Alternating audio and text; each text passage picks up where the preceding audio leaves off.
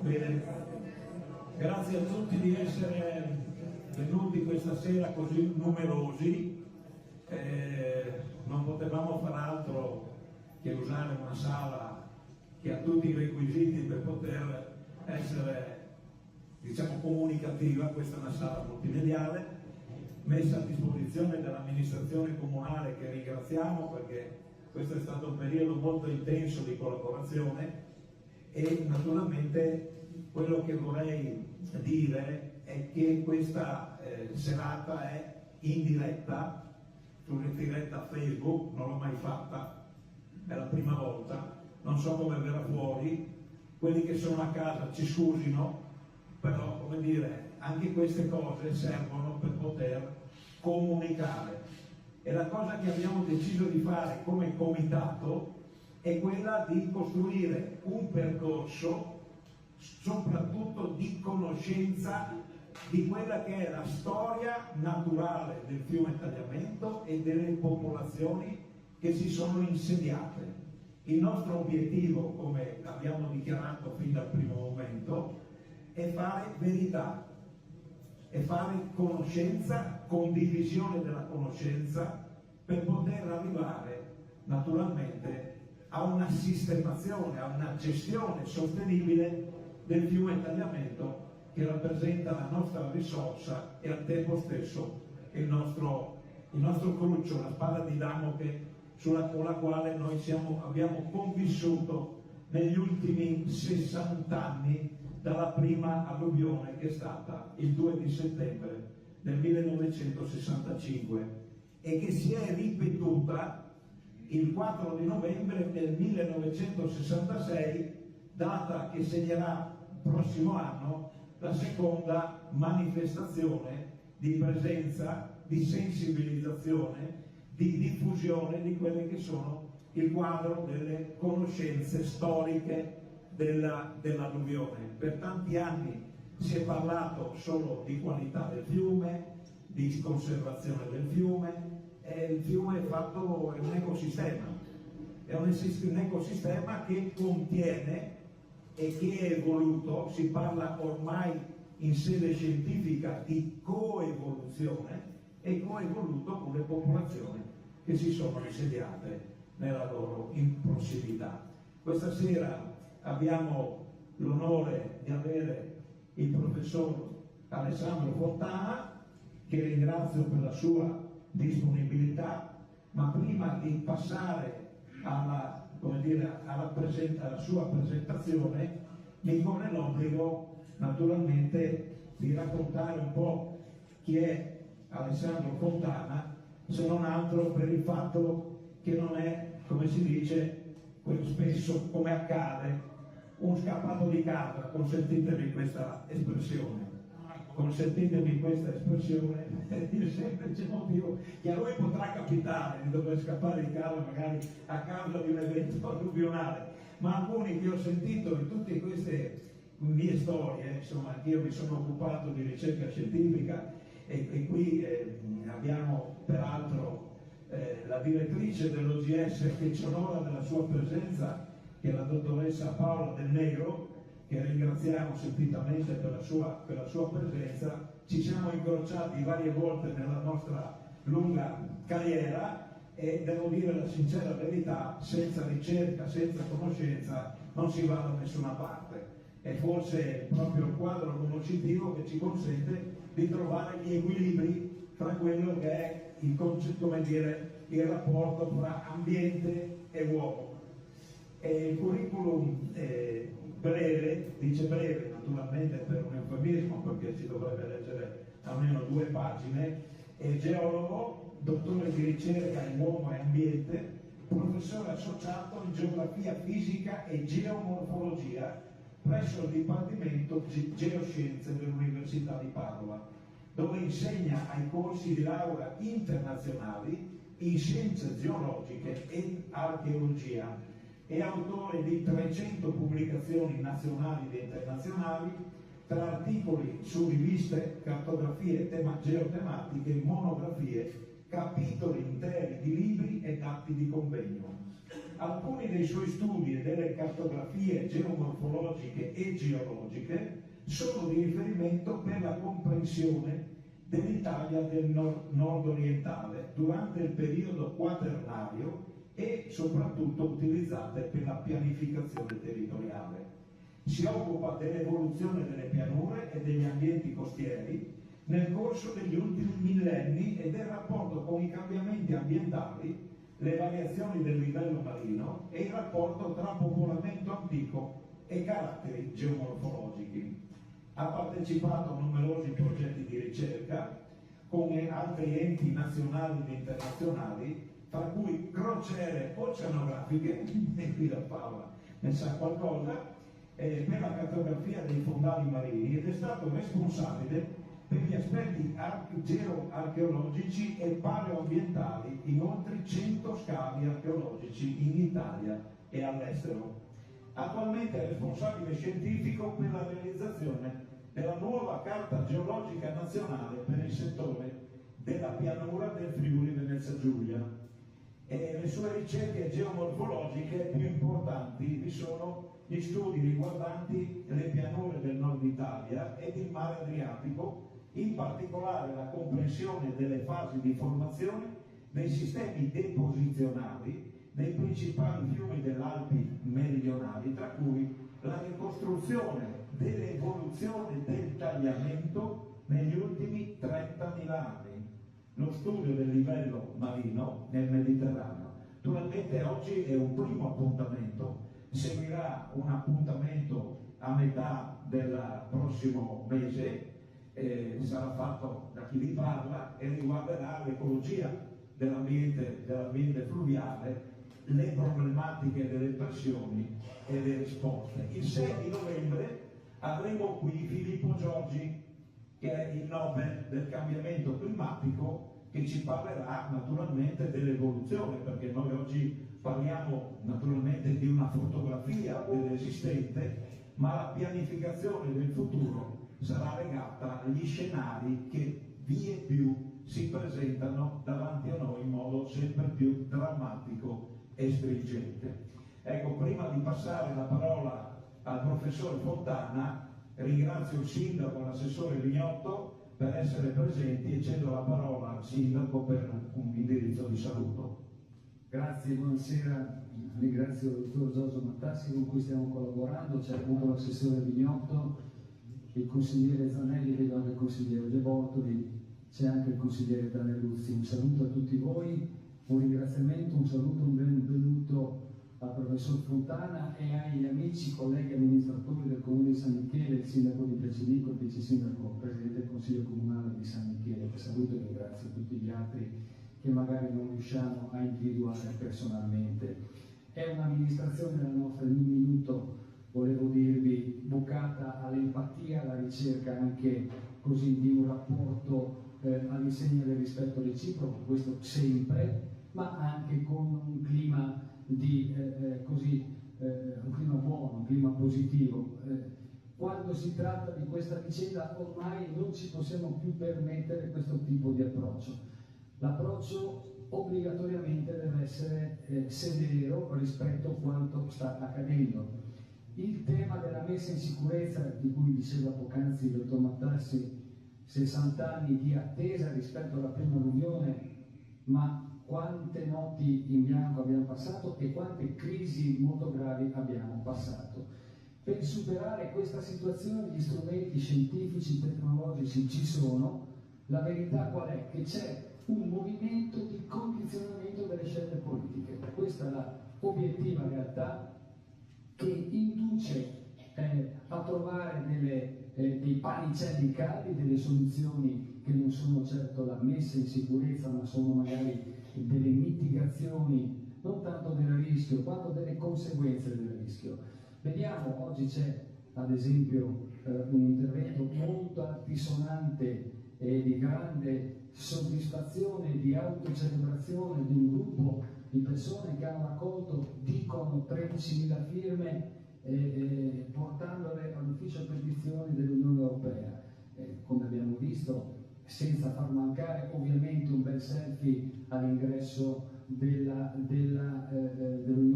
della Commissione Europea a Bruxelles, per poi veicolarlo. C'è autocelebrazione, c'è una forma quasi di inconsapevolezza, non sanno di cosa stanno parlando.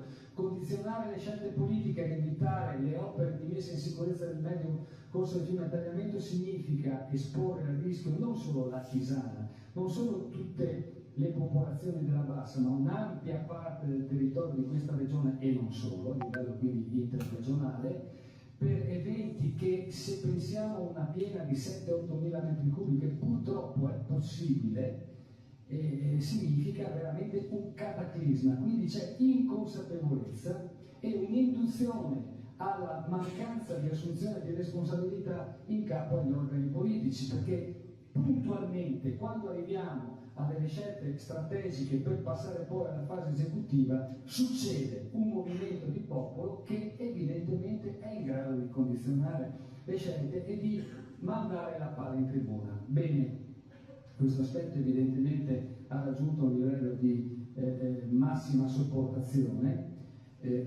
Abbiamo reagito, questo discorso dell'ufficio petizione non significa nulla, questa raccolta di firme ci lascia completamente perplessi, non si capisce che tipo di raccolta di firme sia fatta e non ha alcun valore dal punto di vista istituzionale dell'assunzione delle responsabilità che i governanti devono avere e assumersi per assicurare un futuro a tutto il nostro territorio e non solo.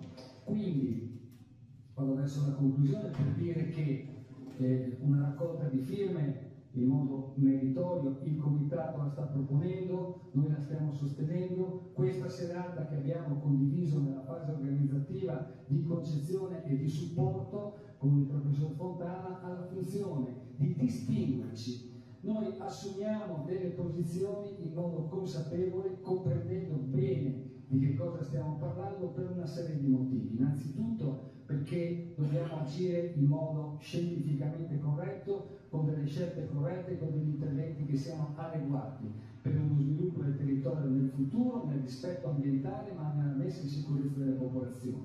E poi anche serve a diffondere consapevolezza tra le nostre popolazioni, perché la coesistenza e la convivenza con il rischio è un fatto che non caratterizza solo l'artigiano, non caratterizza solo i nostri territori, ma è una realtà che in grandissima parte del territorio italiano, e non solo, ormai è un fenomeno mondiale, l'esposizione a questi fenomeni atmosferici così repentini e gravissimi, ormai la diffusione del rischio idrogeologico è una realtà in cui grandissima parte della popolazione è costretta a vivere. Per concludere, grazie di questo evento, questa relazione che vedremo stasera verrà veicolata non solo a livello regionale, ma anche e soprattutto a livello statale. Siamo in contatto dopo l'evento del 2 di settembre scorso, con cui abbiamo avuto un'interlocuzione con il Presidente della Repubblica, abbiamo interessato evidentemente il Ministero dell'Ambiente, il quale in tempi non sospetti ha detto che in caso di cataclismi naturali molto spesso i governanti devono andare in galera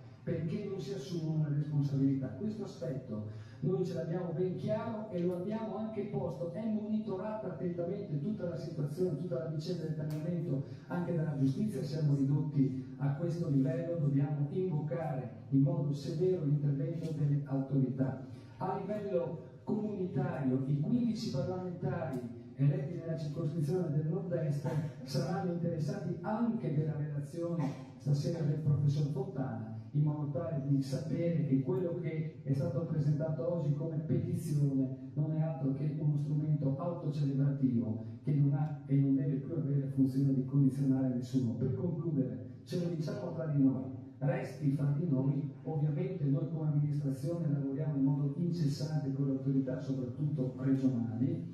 Martedì alle 11:30 ci sarà un altro incontro in assessorato regionale all'ambiente con l'assessore per discutere del progetto esecutivo della traversa laminante in quel di Dignano. Teniamocelo tra di noi, non lo possiamo annunciare a mezzo stampa perché temiamo una reazione e possa portare a un boicottamento, siamo arrivati a questo livello, ma per dire che noi quotidianamente ci impegniamo per far sì che al di là delle chiacchiere arriviamo finalmente ai provvedimenti di esecuzione delle opere, perché questo non è più procrastinabile. Grazie infinite a tutto il comitato, a tutti i cittadini, a voi tutti che siete intervenuti stasera. Un saluto ancora al professor Fontana. Grazie a tutti, rimaniamo a disposizione.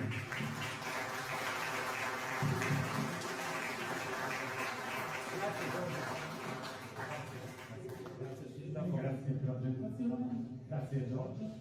Allora, quando il comitato ha, come dire, proposto di fare delle serate informative, è stato deciso di partire dalla parte, come dire, fisiografica, tagliamento del fiume.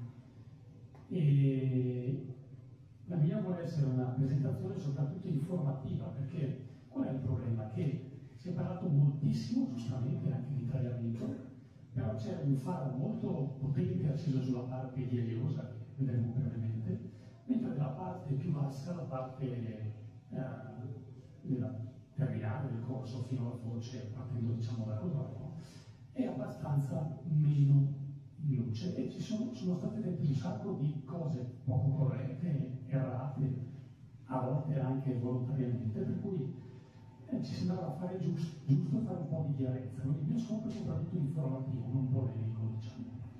E ringrazio il Comune per l'ospitalità, quindi la sala. Allora, partiamo da dove siamo. È il puntino rosso che vedete, la linea stazione ippica. Questo è il tagliamento visto per sommo dall'altezza di San Giorgio, il tagliamento, e questi sono gli argini. 3500 anni fa c'era un altro tagliamento sotto, che però era più fondo di 10 metri rispetto a quello attuale. Vi faccio questa breve carrellata per vedere un po' di cose. Quello che vedete è il tracciato della Viagna, costruita nel secondo secolo a.C., che passava in questa zona. Passava il tagliamento? No, il tagliamento non era qui, per cui questo è uno dei nuovi dati che è abbastanza diverso da quello che si legge in tanti libri fino a una decina di anni fa. Abbiamo poi una serie di paleoalvei. Questo è il tagliamento nel 1700, lo sappiamo dalla cartografia storica, nel 1770 passa qui, questo del 38 e quello dell'83, vedendo l'età media tutti l'avete visto quando era ancora un meandro che è stato tagliato appunto per favorire il deflusso delle acque. Cosa abbiamo in questa diapositiva? Il discorso che i paleoalvei, o meglio il tagliamento, i fiumi cambiano nel tempo e nello spazio. Quindi vedete che non sono entità statiche e questo è il focus del problema. Se io vivo vicino al fiume e il fiume non è fermo, è chiaro che l'interazione sul lungo termine pensato alla scala umana può essere un problema. La Pisana esiste dove è adesso almeno da 1300 anni, quindi 1300 anni per un fiume sono molti per un fiume come il tagliamento, perché vedremo che ha una serie di caratteristiche molto particolari. Sì. Brevissimamente, siamo qua. Questa è la pianura friulana, in giallo è l'alta pianura, sono tutte ghiaie per centinaia di metri, non c'è acqua superficiale praticamente, per trovare le falde freatiche dovete andare almeno 30, 40, 50, anche di più metri. La bassa pianura, separata qui nella linea delle risorgive, è caratterizzata da sedimenti limosi, arcillosi, sabbiosi soprattutto, e sono praticamente impermeabili. Quindi il problema qui non è che non c'è acqua, ma che ce n'è troppa, superficiale ma anche in profondità. Se voi andate qua in giardino, il parcheggio è scavato un buco, entro i primi 2 metri trovate la falda freatica. Quindi è che erano dei problemi anche della gestione poi territoriale. Quello che vedete in verde scuro è ciò che è sotto il livello del mare, bonificato 100 anni fa. Se spegniamo le droghe, da 2 settimane torna l'acqua lagunare. Giusto per vedere, se io facessi una sezione, cioè se tagliassi la pianura da monte fino al mare, l'alta pianura è questa, questa è la bassa pianura e qui avete le risorgive. Quindi, come vi dicevo, in questa zona qui le acque superficiali sono sovrabbondanti, soprattutto, come dire, in una società attuale che ha delle necessità di gestione del territorio.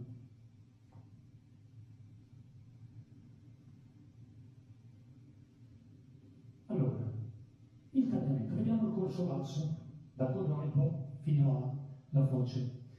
Abbiamo caratterizzato grosso modo da 3 stili diversi, è lo stesso fiume. Se vedete i giornali, televisioni, qualunque cosa negli ultimi mesi, sembra quasi che il fiume sia solo questo, ok? Non è così.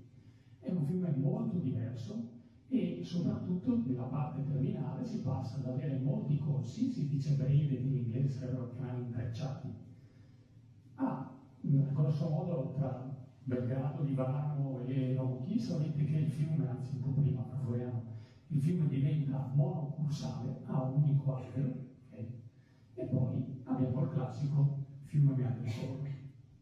Infatti abbiamo già un mito che si sente anche questo molto spesso, in maniera anche un po', come dire, falsa. Non è che il fiume qui è stato costretto perché era molto più largo, questo è l'albero che ha le dimensioni non serve in natura. Poi parleremo degli argini, che è un altro problema. Quindi non è che qui ci devono aspettare un albero largo 1 chilometro. Questa bellissima fotografia di Roberto Pizzuti che abbiamo qui, che forse penso sia la più usata,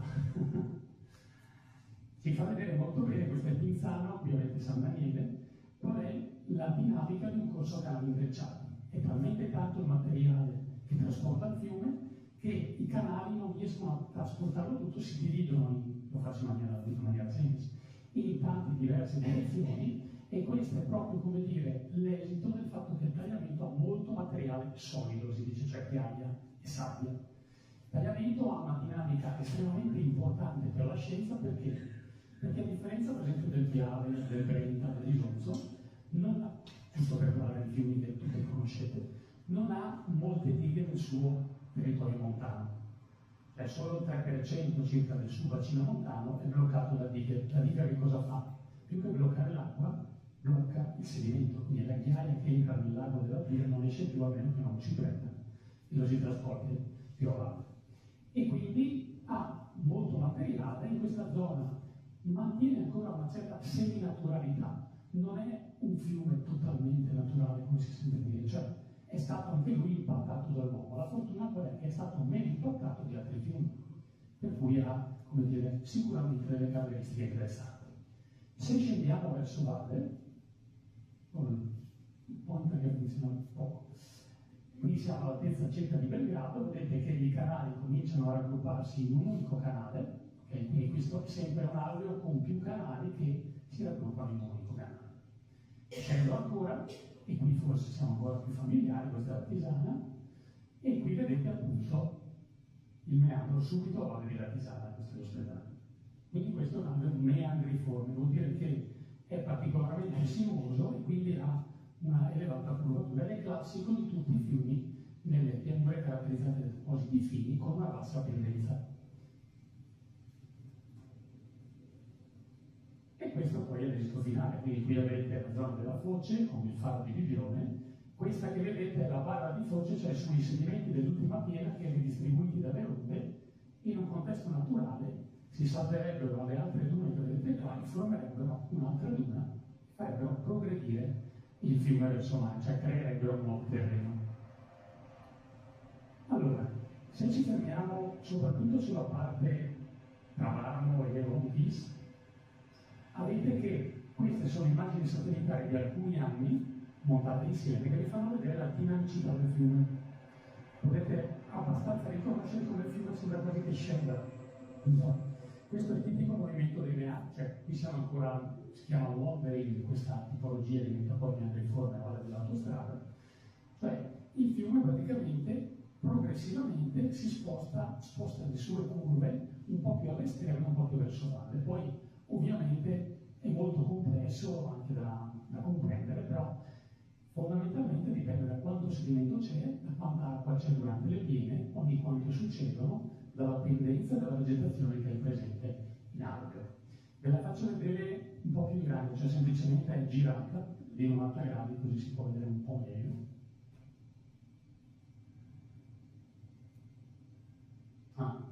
Faccio un problema lì, vabbè, lasciamo stare.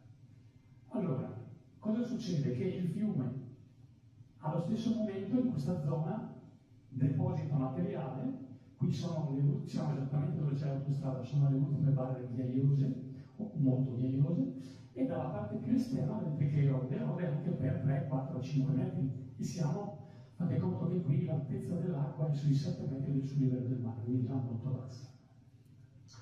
Questa è la dinamica dei meandri, quindi immaginate che il meandro deposita e dall'altra parte erode. Questa è importante perché noi, come vedremo, con le immagini telerilevate, si dice, cioè con le immagini aeree, satellitari, riusciamo a capire quella che è stata la storia breve, ma anche nel lungo periodo del fiume. Vi faccio l'esempio, questo è l'ospedale, quindi qui stiamo andando verso Milano, diciamo, e dove c'era il parco dei pappagalli. Vedete tutte queste tracce? Quindi attualmente il fiume è questo, ma si può notare molto bene quella che è stata la sua evoluzione, in questo caso negli ultimi 1300 anni, 1400 circa.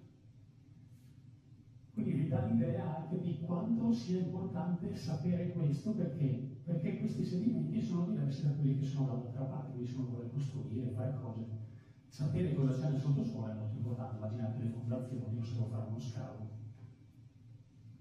Qual è una delle caratteristiche del tagliamento? Che quando il fiume è in modalità normale ha una portata di circa 90 metri cubi al secondo, che è questo.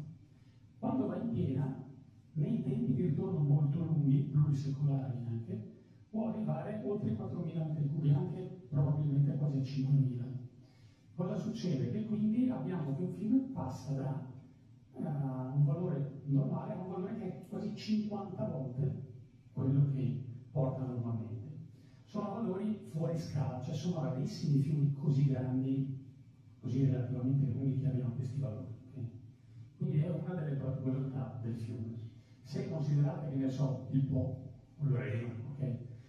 Andiamo a un rapporto di 10, massimo 20, okay? Quindi proprio veramente diverso. Ed è uno dei grossi problemi della gestione del tagliamento. Una cosa significativa, nelle ultime piene degli ultimi decenni si sono aggiunti valori, diciamo, un po' superiori ai 3.000 metri cubi al massimo. Se però abbiamo che i valori attesi sono questi, questa è la foto di qualche anno fa con circa 3.000 metri cubi, gli altri 1.500 dove vanno? Okay? Quindi questo è uno dei grossi problemi. Tornando a questo, se noi vediamo come è fatto l'alveo, ma anche la sua pendenza, allora, ho messo il campanile Gattisano, perché quanto è alto il campanile Gattisano? È alto più di 60 metri, però se considerate a questo punto siamo sui 50 metri. È esattamente l'altezza che voi avete a Codroico, lungo il tagliamento, o a Bonn, lungo il Reno. Solo che da Codroico alla Pisana ci sono una cinquantina di chilometri lungo i meandri, da Bonn a Groningen in Olanda avete 360 km, quindi è una questione di pendenza. Questo è un altro dei problemi. Abbiamo sentito parlare in questi ultimi mesi molte volte di ma no, bisogna fare in modo di rallentare l'acqua. Quello è sicuramente un obiettivo, ma proporre soluzioni che sono adottate per fiumi che non hanno una pendenza così ripida come il tagliamento, in molti casi è fantasia.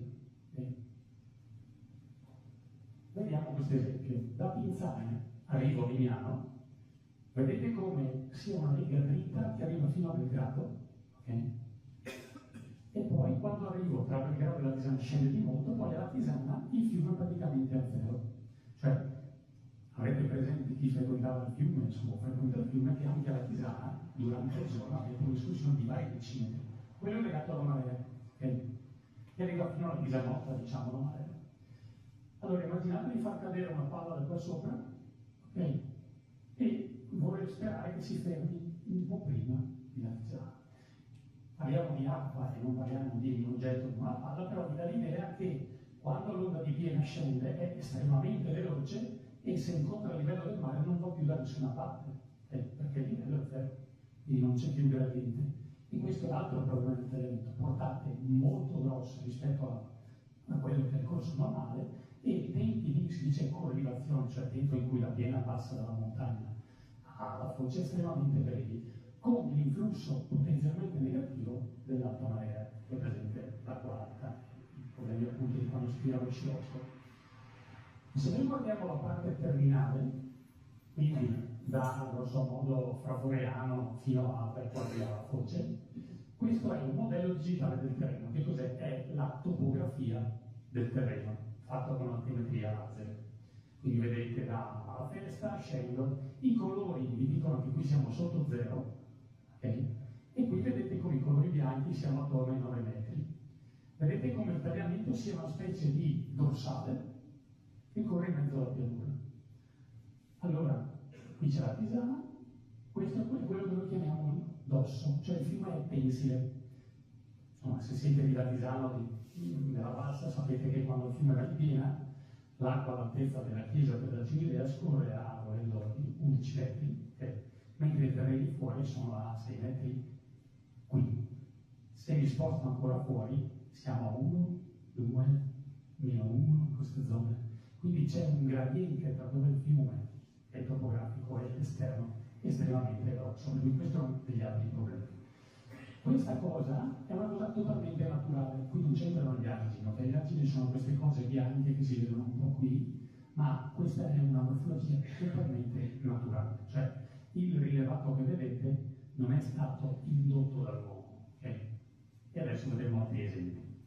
Vedete come il dosso divide, quindi quando le acque escono non c'è modo di farle tornare dentro, okay? Una cosa che è una percezione, come dire, strana che abbiamo, nel senso che se uno va dalla Tisana a Lignano o da San Michele a Bibione, è pieno di campi, dice, ma sì, qua però poco costruito. Se non aveste la bonifica, lo vedremo tra un attimo, sarebbe tutta palude. O, diciamo così, sarebbero zone in cui vedete che il drenaggio è estremamente difficoltoso per molti mesi all'anno. Vuol dire che in un contesto naturale le zone sono inabitabili, okay? E su questo ci torneremo dopo. Questo è il dosso, noi siamo qua in questo momento. Questa linea che vedete è un profilo topografico. Andiamo su, okay. Questo è il fiume, questo è l'argine sponda friulana, questo è l'argine sponda veneta.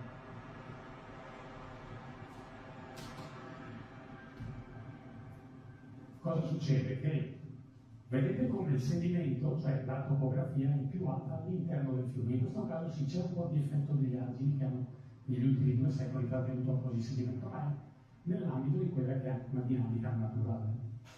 Quindi vedete come arrivando al Crosere siamo a 3 metri sul livello del mare, dentro il fiume arrivo a 8,5. Sommateci l'acqua di piena, che già capite dove andiamo. Una cosa interessante qual è? Che se noi vediamo il fiume, questo è il ponte ferroviario di Latisana, il fiume, cioè il dosso, forma degli argini naturali, cioè quando il fiume va in piena abbandona subito i sedimenti più grossi, tipo le sabbie. Sto parlando dei fiumi a carattere mineralico. Quindi vedete che esistono degli argini artificiali, ma in realtà queste cose gialle che vedete è come se io facessi una sezione tagliando il fiume, questa zona qui penso qui è molto, come dire, ho preso questa foto perché tutti più o meno conoscete questa zona. Queste cose viola è la migrazione che progressivamente il meandro ha fatto nei secoli o nei millenni. Dall'altra parte c'è l'altro argine naturale.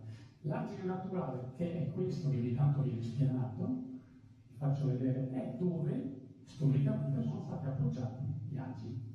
Quindi è abbastanza ovvio che se immaginate lì anche in epoca romana dopo di voler fare degli argini, li fate sulla parte più rilevata. E questa è una delle memorie storiche, come dire, difficili, perché se il fiume poi comincia a spostarsi è ovvio che ci si trova molto a ridosso con l'argine di quello che era l'attrattivo.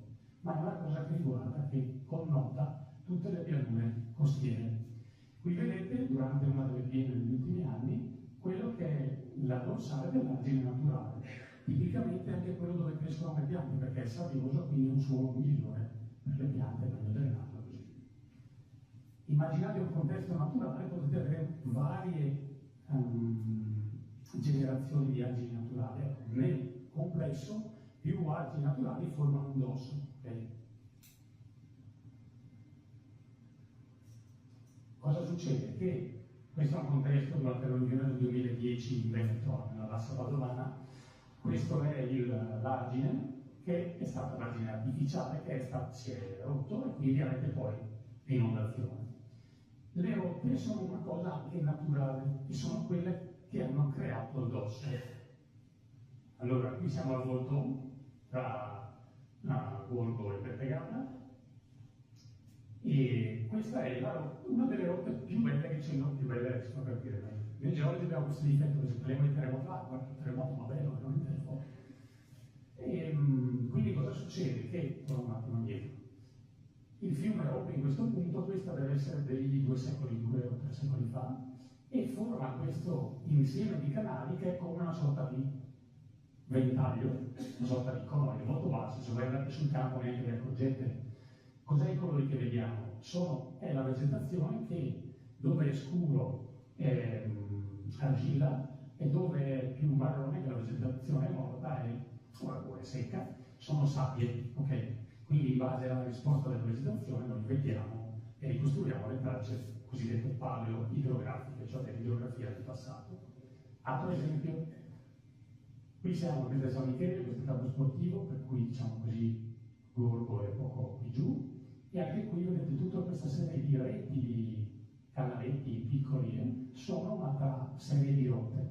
Quindi il fiume cosa fa? Quando va in piena, nel punto in cui per 1000 motivi ci possono essere più debole l'argine naturale o l'argine artificiale, rompe e si spaglia in questa zona. Centinaia di rotte generano il dosso, ok?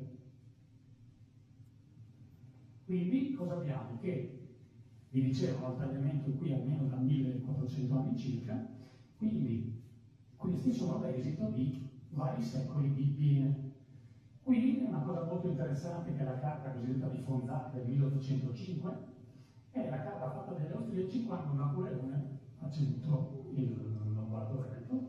E che cosa ha detto? Beh, facciamo la carta per capire che cosa abbiamo, ed è una carta di guerra, cioè un documento molto bello in cui è descritto tutto, sia l'uso del suolo, se ci sono campanili, sono tutte cose di interesse sia per lo sfruttamento che per ragioni militari. Cosa mi colpisce in questa immagine? Se vedete i colori, ci sono 2 colori. Uno è bianco e uno è questo verdino giallone. Sono esattamente la stessa zona, questa è lo stella per darvi l'idea che è questa parte. Che cosa succede? Che quello che è in bianco sono i campi coltivati, e 200 anni fa non è tantissimo tempo fa. Allora, i nostri antenati non erano scemi e non coltivavano perché non avevano voglia. È perché questa zona che vedete, qua c'è tutto, vedete valle, qua questa è laguna addirittura, palude, laguna. Poi vedete che fisicamente qui era proprio palude o laguna, ma tutte queste zone qui che sono fuori dal dosso, prima che facessero le notifiche, erano zone in cui durante l'inverno la falda freatica praticamente in superficie. Quindi vedete che non ci sono abitati, cioè, tutte le cosette che vedete in quadratini in arancio o rosso sono case.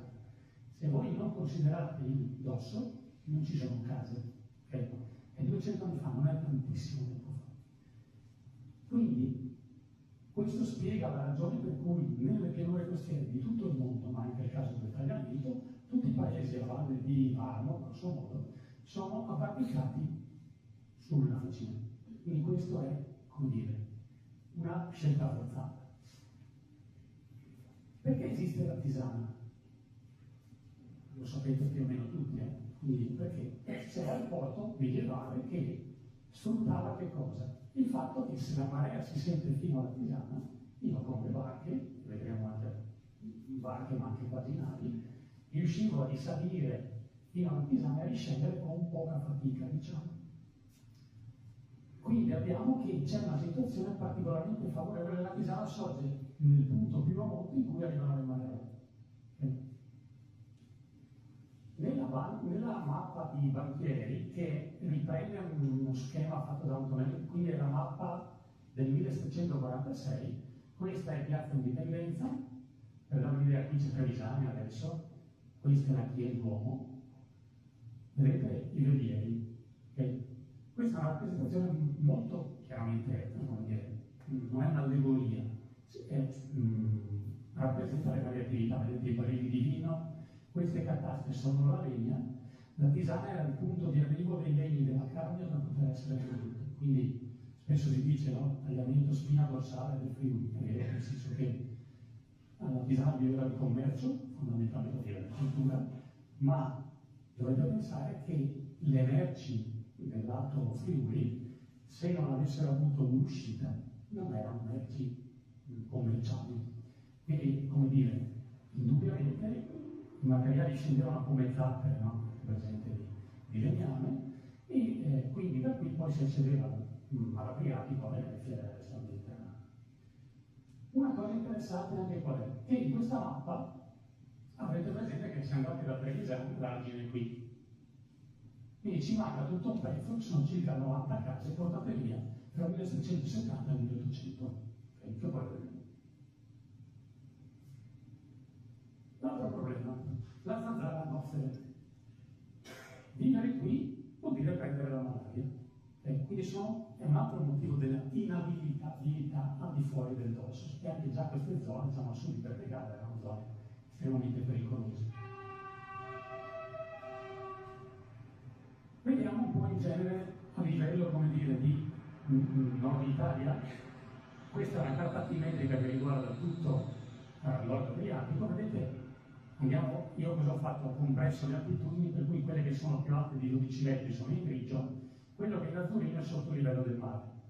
Penso che sia abbastanza evidente la visione qua, che c'è il dorso del Tagliamento, il dorso del Milenzo, il dorso del Piave, poi i vari del Brenta, dell'Adige e del Po.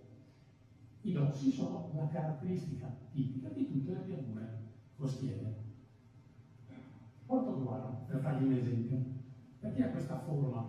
Perché Portogallo è stata costruita sugli argini naturali del tagliamento in epoca medievale e quindi vedete questa simmetria esattamente sono sugli argini naturali. Faccio vedere l'altimetria, vedete che qui non ci sono le case, l'altimetria che vedete non considera le case, è il piano della strada. E quindi anche lui c'è il suo bel dosso. Aquileia, questa è una pissa, vedete il dosso, e questo è il dosso del Torre di quasi 4.000 anni fa, su cui nelle tabelle proprio hanno costruito il sito di Cabarelli, che è la prima, come dire, insediamento grosso del scenario aquileieta, sul Grosso. Questa è la bassa, diciamo così, tra Venezia e l'Emilia, per cui avete l'Adige, tutte le fasce colorate che vedete sono dossi. Guardate la corrispondenza tra abitati, che sono i pallini neri, e i dossi. Non c'è un singolo quasi abitato che sia fuori dai dossi, per cui è tipico, o anzi è inevitabile, vivere abbarbicati lungo l'argine naturale. Evoluzione di lungo termine, adesso vi ho fatto un preambolo per la parte, come dire, dove ci troviamo.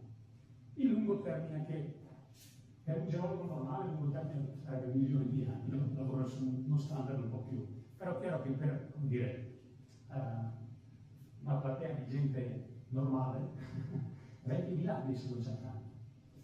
Allora il tagliamento è molto conosciuto a livello internazionale perché ha permesso di ricostruire le fasi di come si è formata la pianura, non solo del tagliamento, ma anche del resto del nord Italia, alla base delle Alpi, perché è caratterizzato da questo megacono. Allora avete presente se in alti montagna si formano i conoi alluvionali all'uscita delle valli. Questo è lungo 600 metri e sui rivoli bianchi di Tormezzo. Questo è lungo 60 km, okay? Ed è 1300 km quadrati le linee bianche. Si è formato durante l'ultimo massimo glaciario, cioè quando il ghiacciaio arrivava alle porte di Udine e abbiamo gerocarica. Il ghiacciaio arrivava qua, il tagliamento era uno degli fiumi alimentati dal ghiacciaio, disegnato solo il tagliamento, quindi tutta questa superficie in violetto che vedete si è formata in quel momento tra i 29 e i 19.000 anni fa. Abbiamo l'alta pianura, che vi ho citato prima, sono tutte ghiaie, e poi abbiamo la bassa pianura, formata da sedimenti argillosi e limosi. Adesso, quando è finito l'ultimo periodo glaciale, abbiamo che il tagliamento, siccome non aveva più la grande quantità di sedimento che gli dava il ghiacciaio, che era lì, lui gli dava un sacco di acqua, perché immaginate un ghiacciaio che fonde in estate quando acqua può fornire, il tagliamento era con poco sedimento rispetto a prima, si è inciso, ha formato una grande incisione nella parte a monte di Codrogo e una serie di più relativamente piccole nella parte distale, cioè verso mare. Allora, giusto per evitare confusione, Durante l'ultimo glaciale la costa stava a San Benedetto del Tronto, cioè da qui al mare c'erano 350 km. E poi, con la fusione dei ghiacciai attorno a 7.000 anni fa, 7.000 anni fa, il mare torna da queste parti. Allora, la storia del tagliamento è complessa. Allora, qui vedete una zona alta, in cui questa è la superficie di circa 20.000 anni fa, qui siamo a Spinibergo. Questa è la superficie che è stata attiva negli ultimi 19.000 anni. Adesso il tagliamento lo vedete lì. 100 anni fa il tagliamento scorreva qua. Se vado un po' indietro, e vedete queste tracce? Questi sono gli alberi intrecciati del tagliamento del 1910.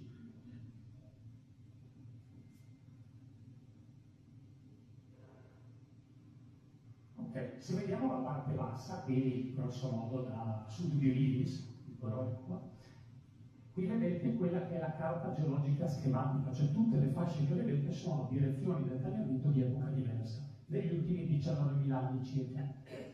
E vedete che comunque rimangono dei brandelli anche abbastanza estesi in violetto. Questa è la superficie dell'ultimo massimo glaciale. Se voi andate a Crosere, dove c'è il quadrifoglio, superate il quadrifoglio, dove camminate a 20.000 anni la pianura, che finisce il grosso del tagliamento, quindi sono delle superfici estremamente estese e caratteristiche per il nord Italia. Comunque attraggo la vostra attenzione sulle diverse fasce e vediamo adesso. Ok, immaginate che qui siamo circa 19.000 anni fa, il tagliamento ogni pochi secoli si spostava per tutta la zona, finisce la glaciazione e cominciamo ad avere delle direttrici che com'è che si muovono? Non è un tergicristallo, cioè non è che il fiume faceva così, il fiume salta da una direzione all'altra, per quello che in mezzo abbiamo dei brandelli di superficie più vecchie. Vi ho messo anche i periodi archeologici, perché chiaramente già a partire da 7.500 anni fa gli uomini, come dire, c'erano anche prima, ma cominciano a strutturare villaggi e altre cose. Per capirci, se voi andate a 500 metri da qui scarsi, quindi via Beorchio, c'è il canale Pisanotti, 3 anni fa, abbiamo trovato un sito di 7.500 anni fa che sta sotto 2 metri di sezione. Molto piccolo al momento, però vi dà l'idea che anche qui dove siamo noi oggi c'erano popolazioni stabili che avevano i loro villaggi. Allora, torniamo al concetto della mappa. Vedete che le direttrici sembrano originarsi tutti da questa zona. Perché? Questa zona è quella dove cambia la pendenza che vi ho fatto vedere prima e avete cambio sia dall'alta pianura alla bassa pianura, sia il passaggio che comincia qui dal fiume ai canali intrecciati al fiume che comincia a essere con un unico corso. E quindi è il comportamento naturale del tagliamento di andare dove vuole. Quindi questo dà un'altra idea. Si sente anche dire, no, un fiume si aggiusterà. Il tagliamento è un fiume di natura torrentizia, quindi per lui questo qui è il corso d'epoca romana che sta a 7 km da qui, per darci l'idea. Tornando a questo, non entrerò in dettaglio adesso per la parte più occidentale, però per darvi un'idea della complessità, se andate a Concordia Sagittaria, questa è Concordia Sagittaria, qui è una sezione stratigrafica, vedete questi sono 400 metri, la scala verticale è ultra esagerata, vedete questi sono 20 metri circa. Comunque immaginate che se voi eravate a Concordia 14.000 anni fa, avevate un'incisione fonda a 20 metri e larga da una parte 600 metri e dall'altra 1,2 km. E quindi che poi è stata riempita. Quello che vedete in giallo, ci tornerò dopo, sono le alluvioni medievali, sono fino a 5 metri, e quindi è una quantità enorme di materiale. Per farvi vedere un altro esempio, qui siamo nella zona tra Campomolle, scendo giù fino a Modeano e arrivo al casello nuovo di Latisana. Lo vedete? Penso sia abbastanza evidente per tutti, no? Questo è il tagliamento attuale. Allora, anche qui, quanto è largo il tagliamento? 120 metri, anche meno. Per cui ha una dimensione che è molto comparabile a quella di adesso. Ma questo ha circa 4.500 anni. Cos'è che mi colpisce? Che questo fiume, vedete che è una traccia topografica, ma è più basso del terreno circostante. Vedete che non fa addosso, mentre già da qui il tagliamento attuale comincia a essere più alto dei terreni circostanti. Guardiamo l'immagine aerea di questa zona, quindi questa è l'autostrada e Mogliano, le vedete le tracce per giù, queste fasce di disegno, quella che è l'andamento, che è questo. Allora, siete mai stati su questo paleoalbero? Siete mai passati sopra? Sicuramente sì. Nel senso che se voi prendete l'autostrada e entrate in autostrada, c'è un bel pezzo di asfalto che li fanno periodicamente, quando proprio entrate, io sono al casello, dove ho fatto la foto entrando in autostrada. Questa è la fabbrica di nuovo. E cosa abbiamo? Che qui, perché succede questo? Vedete che la strada è un po' deformata, perché l'autostrada passa sul paleoalbero che è pieno di torre, e queste col passaggio delle auto si schiacciano progressivamente e richiedono un po' di manutenzione. Quindi siete tutti sicuramente passati su questo quadro.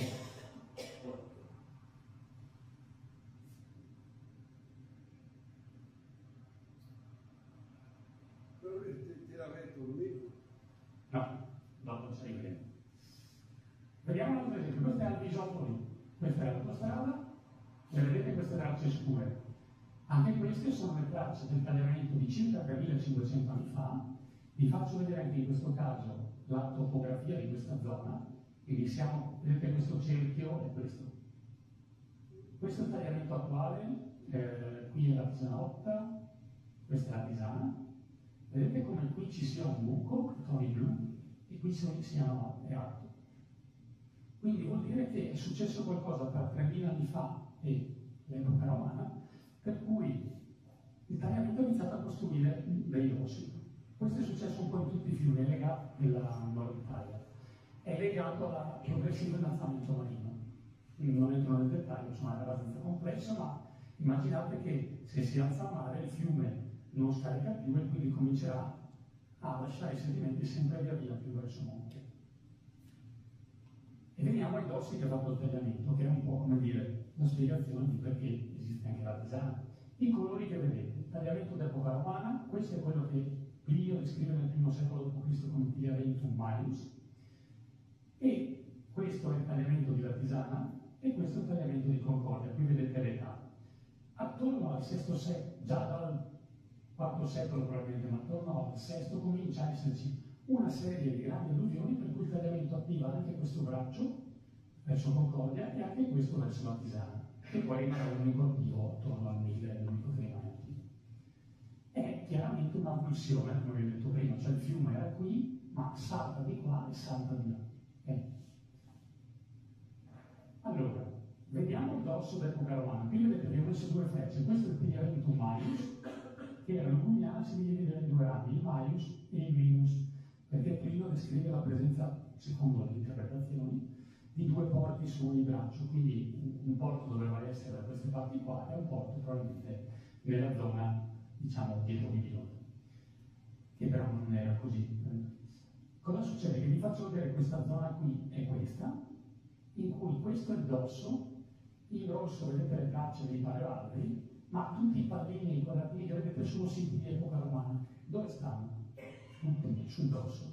Guardate, questa è l'Ugugliana, questi sono i paleoalberi disattivati circa tra il 600 e il 800-900 d.C. Guardate i siti romani, quindi costruiti quando il fiume era lì attivo, era grande come il tagliamento di adesso.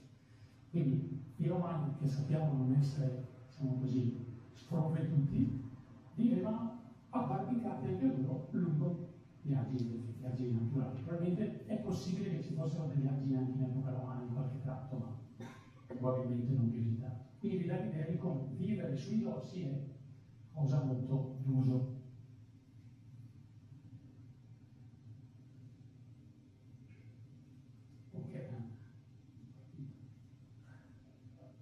Ok. Altro esempio a Cordovado, dove c'è la scuola elementare, nel 2011 abbiamo trovato una serie di tronchi, alcuni sono anche presenti nelle cave vicino a Cordovado. Come date a carbonio con lo studio degli anelli della crescita, vedete che l'età di morte di questo albero, il carbonio non vi dà un intervallo, vedete che l'intervallo in mezzo è esattamente circa 590-589, che è l'alluvione citata dal Papa Gregorio Magno, poi da Paolo Diacono, come un'alluvione molto grossa che investì la Venezia, ma anche il resto del nord Italia. Ci fu l'alluvione anche a Roma del Tevere, e il Tagliamento sembra essere uno dei testimoni più forti di questo evento. Vediamo un'altra cosa che è Concordia. Allora, qui non c'è l'animazione purtroppo. Sta ballando. Allora, qui vedete il braccio arancio è questo, il tagliamento tra il VI e il VII secolo si infila di qui e seppellisce la città romana di Concordia, tant'è che se andate dove c'è la cattedrale di Santo Stefano, che sta sopra la Basilica della Cristina, questo è il tracciato della Viagna, ci sono qui 4 metri di sabbia colpate con queste alluvioni medievali. Quindi, guardando la linea, si era animata così, guardando la linea blu, che è la sezione stratigrafica che abbiamo mostrato prima, questa è Concordia, qui. Tutto quello che vedete in giallo sono questi sedimenti qua che hanno sigillato buona parte della città romana che sta sotto, quindi potenzialmente è molto interessante. Mentre si riempiva il buco dell'incisione di Concordia, allo stesso tempo abbiamo la formazione del dorso della Tisana, questo verde. Questo è il tracciato della Viagna, vi ho detto la Viagna è dritta, queste sono dove è continua, sono le tracce che abbiamo trovato, dove è discontinua si vede in profondità, manca qui perché c'è il fiume, ma la strada praticamente l'ha tirata con la stecca, quindi questa è un'evidenza ancora maggiore che il fiume non era qui. Cosa abbiamo? Che quindi, se voi andate, questo è San Giorgio Italiano, questo è il Tagliamento, questo è l'argine della Tisanotta, penso che vediate bene la traccia della strada, che poi qui non si vede più perché c'è il dorso sopra. Quindi questo punto qui è questo, dove qui avete 1 metro di materiale, ma dove c'è quasi il fiume attuale potete avere fino a 4-5 metri di depositi del dorso. Idem dall'altra parte. Allora andiamo alla Tisanotta. Questa è via Viola, qua. Qui è dove c'è la salita, diciamo, dell'argine della Tisanotta, qui dove facevano la foguera, adesso la fanno più qua. Questo è il tracciato della Viagna. E penso di avere l'altra, andiamo. Sì. Qui avete che qui, purtroppo è un po' lento come vedete.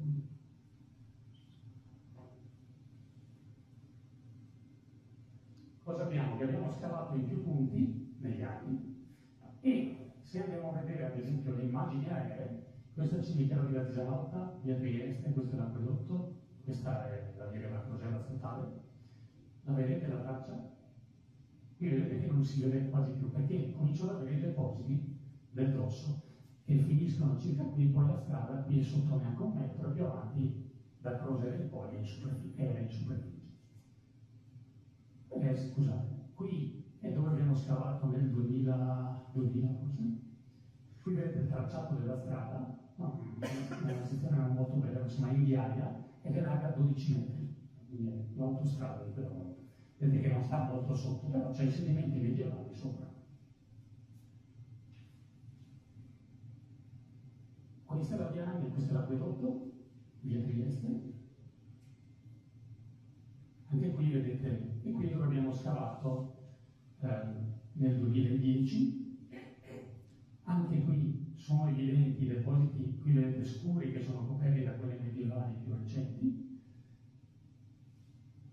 Qui abbiamo un giovane Luca Cobotto che sta segando il tronco, che abbiamo datato, anche questo vedete ha un'età un po' più recente, ma perché? Perché il dorso non si forma in un colpo unico. C'è la prima alluvione, poi c'è una serie, comincia a allargarsi, ma il grosso del dorso si è formato prima dell'8-9 secolo. Altro esempio, questo è il casello di Lantisana, che qui c'è una villa romana, c'è la fase di abbandono con queste torre palustri e poi i nuovi depositi sopra. Anche qui vedete la data. Ci sono alcune alluvioni già del IV-V secolo, ma piccole diciamo. Qui siamo a Morsano, questa è la strada che da Vado va verso, diciamo così, Codroico. Qui vedete ancora i solchi carrari, quindi conservata benissimo sotto le alluvioni infine. Quindi vi dà l'idea anche di quanto ci sia in giro. Allora, tutto questo succede grosso modo attorno al 589, Ci sono vari motivi, ma un motivo predominante è probabilmente una fase molto fredda, non troppo breve. Cosa succede? Quindi in montagna si ha una serie di problemi idrogeologici che generano anche sedimento, poi questo sedimento su un evento molto grosso, una serie di eventi molto grossi, arrivano in pianura. Adesso non vado nel dettaglio, ma è giusto per avere anche l'idea che dietro con questo noi ricostruiamo anche fasi climatiche e altre cose. Torniamo addosso. Allora, l'avevamo lasciato, diciamo così, guardiamo la tisana scritta dagli austriaci come la tisana con 2 T. Allora, nel 2000 è stata rifatta la piazza.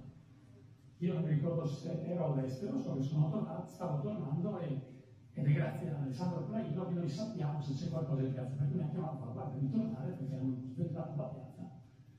E esattamente nella zona, diciamo, vicino al centro è stato spostato, ma di fronte a Colonna, diciamo. Qui vedete questi strati, questa è la chiesa di Santa Croce, demolita nel 1770, più o meno. Vedete che la superficie attuale è qui, quindi c'è molto poco di distanza. Adesso vi faccio vedere, stiamo guardando questa zona qua. Okay? Quindi questa è la chiesa che nelle carte, questa è un rifacimento, dicevo, di una carta del 1736, è ancora raffigurata. La vedo qua in dettaglio. Aveva anche uno spizio molto diverso. E qui vedete la stratigrafia, questi sono gli strati della chiesa. Quelli sotto, vedete che sono stato grigio e uno rosso, questi sono dei piani di lavoro di epoca medievale, tra cui abbiamo scavato solo 6 metri quadri, che grosso modo è la pedana del 24, quindi nulla, è stato fatto proprio come dire, all'ultimo momento prima che le ruspe spostassero tutto. In questo lato qua abbiamo avuto la fortuna di trovare un forno fusorio per il bronzo. L'abbiamo datato al carbonio ed è circa del 1200 d.C. Allora, tutto qui indietro, tutta questa zona qui, in tutta la piazza, per quanto abbiamo potuto vedere, ci sono tracce dell'abitato altomedievale. Okay? Quindi era già molto grande. Le prime notizie sulla Tisana sono di poco prima del 1100-1070, ma probabilmente per essere così strutturata già nel 1100 o 1200 vuol dire che esisteva già da un po'. Quindi sicuramente, diciamo così, siamo attorno al IX secolo sicuramente. E quindi ci dà la misura anche del fatto che c'era il porto, c'era tutta una vita, come dire, particolarmente attiva, e la, come dire, coincidenza più forte è che questo non l'abbiamo troppo scavo. Esattamente con la data al carbonio della parte qui, vedete in grigio sotto dove c'era il forno fusorio e l'operatività, coincide esattamente con il momento in cui la Tisana è talmente forte da poter coniare moneta. Quindi doveva essere indubbiamente una cittadina di una discreta importanza. Porto Pesano. Cosa ci dice questo? Che, guarda, questo è il livello attuale, queste sono le sabbie rimesse nel 67 per rifare la piazza che era completamente sventata dopo la guerra del 65 e del 66. Quindi qui avete che i livelli attuali praticamente poggiano sui livelli di più di 1000 anni fa. Questo dimostra quello che vi dicevo prima: se voi abitate sul dosso, a meno che non abbiate la sfortuna di essere centrati da una rotta, è la zona più sicura dove stare, perché il tempo in cui eventualmente l'acqua può stagnare sarà meno che nelle zone circostanti. Immaginate che se il fiume Grampiena entra in questa zona ci sta per mesi l'acqua, perché non c'è modo di essere evacuata. Quindi ci permette di dire che il dosso esisteva già, così come vediamo, più di 1000 anni fa, in questa parte. Qui vediamo la rotta di prima, il concetto che vi dicevo, no? Cioè che se voi siete anche in zone rilevate, a meno che non vi centri la rotta, siete abbastanza, come dire, non dico sicuri, perché la Tisana ha convissuto per alluvioni, lo sappiamo almeno dal 1300 in poi dalle varie cronache, con momenti, diciamo così, alterni. Allora, vi faccio notare la zona del Masatto qui a sud di Santa Sabionera e Gorgo, dove fino a, diciamo così, fino all'800 era mantenuto aperto l'argine per consentire che le piene andassero verso il piano e portassero sedimento nella parte lagunare in modo da formare nuova zona, in modo da evitare che ci fossero rotte nella parte più a monte. tant'è che appunto gli abitanti di Gozo, siccome qualcuno poi voleva comunque tagliare questi argini anche per salvare nazionali momenti, vigilavano sulla tenuta degli argini. Andiamo oltre, qui è proprio la grotta del Masato, vedete quanti canaletti ci sono.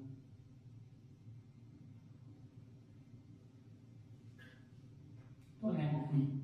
Allora, abbiamo visto queste immagini in cui avete Piazza Indipendenza, questa è via Vittorio Veneto, questa è la vecchia villa che non c'è più, Gaspari, via Rocca, e via del Duomo.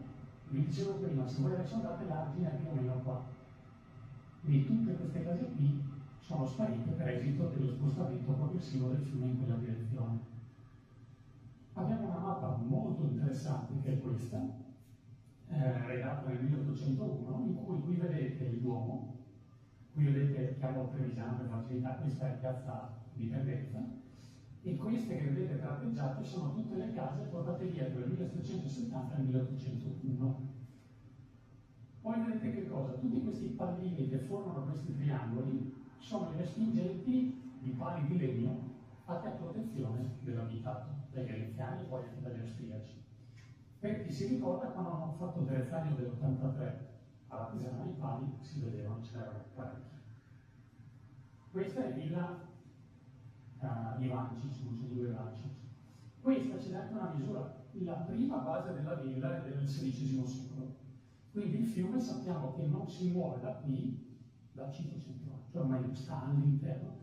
Quindi ha una grande stabilità del meandro. Cosa è successo? Che nel 1770 il fiume scorreva così, quindi senza sbattere direttamente sulla Pisana, ma c'è stato un salto di meandro che l'ha portato a cambiare quindi il rettifico della corrente. Qui vedete anche tratteggiata è la linea di dove si trova l'argine adesso, che è stato fatto con pianificazione diciamo, agli inizi del 1800.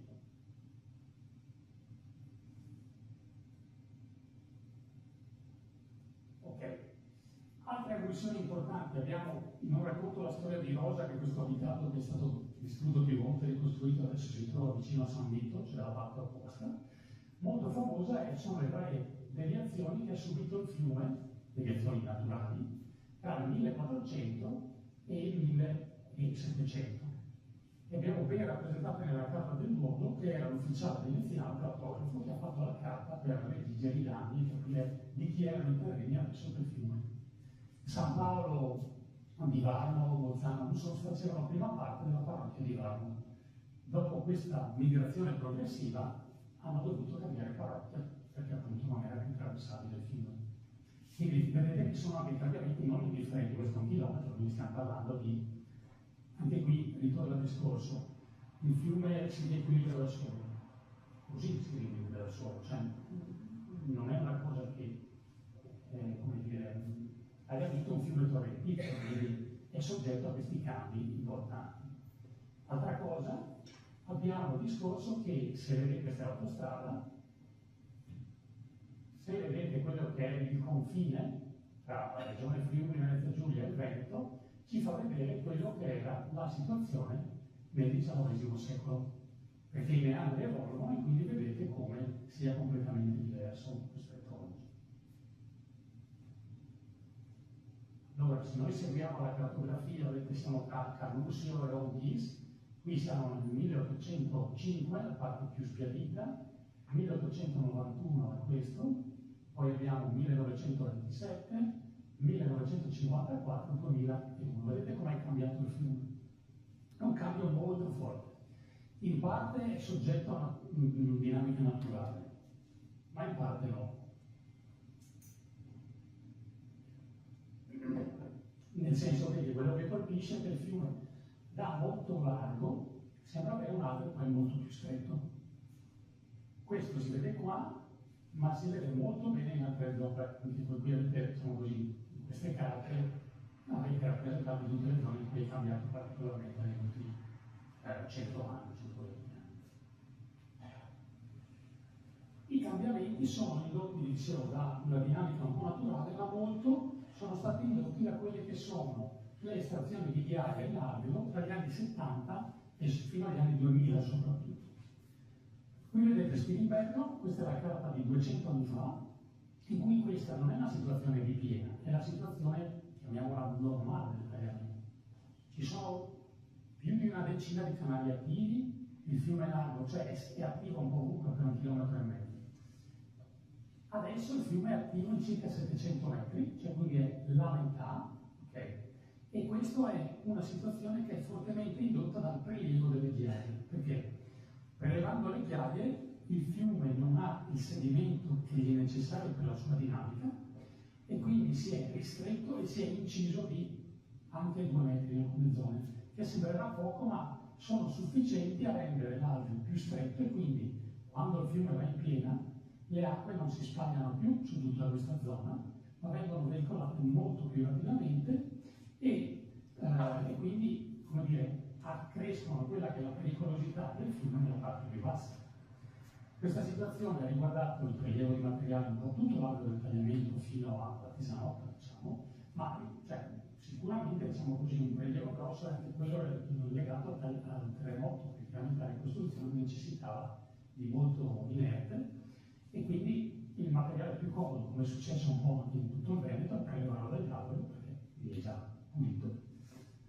Vediamo un altro esempio sempre della parte alta. Scusate, la foto che vi faccio vedere è scattata da qui verso il monte, cioè le case che vedete sono queste.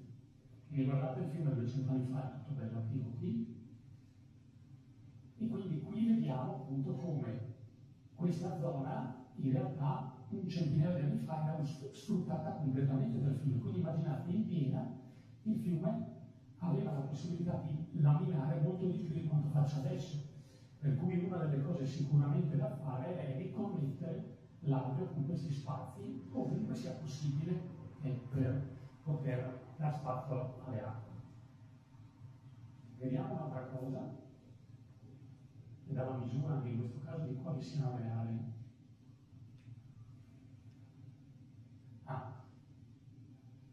Siamo abituati a pensare agli argini nella bassa pianura, però queste cose che vi ho messo in rosso sono comunque delle altre difese, con massi ciclopici o anche calcestruzzi in qualche caso, che difendono queste parti, per cui anche dove siamo in alta pianura, anche addirittura in parte montana, avete delle zone che sono, tra virgolette, arginate più o meno in maniera forte. Dato il mezzo fino al mare, diciamo, il fiume è tutto più o meno difeso. E anche qui il discorso che sia completamente libero non è vero. È un mito, diciamo. Qui vediamo l'altro discorso, questo è Rosoppo, quasi 2 km, adesso 800 metri, questa che vedete in giallo è fin dove arrivava, okay? E ci sono tutta una serie di difese anche qui, sono queste in rosso, e quindi sì, il fiume si è confinato, ma comunque è trattenuto, per cui sono zone in cui comunque magari c'è la possibilità di dare maggior spazio al fiume. Veniamo alla parte bassa, giusto anche per concludere. Questo è il delta del Tagliamento, la faccio breve perché così non mi tengo troppo su questa parte. Questo è il Monte Rondo di Frati, che era la linea di costa in epoca romana, andava così più o meno, di questo era mare, e nel VI secolo il Tagliamento entra da qui e costruisce nell'arco fino ad oggi, anzi fino a 50 anni fa, quello che è il delta. Cosa succede? Che vi ho detto fino a 50 anni fa perché? Perché negli ultimi 50-60 anni il fiume, non ricevendo più abbastanza sedimenti e avendo anche vari altri, come dire, fattori concomitanti, ha cominciato a andare in erosione. Dovrei avere la diapositiva giusta? Sì. Qui siamo alla foce del fiume un po' di anni fa, questi erano i bunker che sono stati tolti nel 2009. E siamo qui.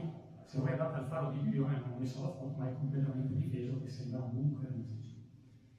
E qui vedete le onde che vanno a arare la pineta e a asportare quindi il sedimento. Quindi il fiume negli ultimi, soprattutto 20 anni, 25-30 anni, è in forte erosione in questa zona, proprio perché gli manca il sedimento che arriva da noi. Un'altra cosa importante, ho detto di dare spazio al fiume dove è possibile, nelle parti alte, ma anche qui ci sono situazioni in cui c'è di molto costruito all'interno di quelle che sono le golerie. Quindi è indubbio che se ci sono stati costruiti gli argini che sono alti 6-7 metri, gli altri non sono stati fatti per far paura all'acqua, ma perché devono contenere l'acqua e l'acqua deve arrivarci. Se io costruisco dentro, chiaramente tolgo il volume e la funzione idraulica di contenere le piene della mollina viene diminuita. Direi che vi ho detto abbastanza cose, penso che sia l'ultima. Sì, allora, vi ho detto un sacco di cose, poi non mi interrogo. Non ho un messaggio da dare, è che sicuramente la soluzione va trovata sull'intero corso del fiume, non è aver risolto, diciamo così, solo in un settore o solo in un altro. E quindi ci vuole una gestione, come fa l'autorità di bacino, che sia nel suo complesso. Le cose che vi ho detto, quasi tutte, le trovate in questo libro,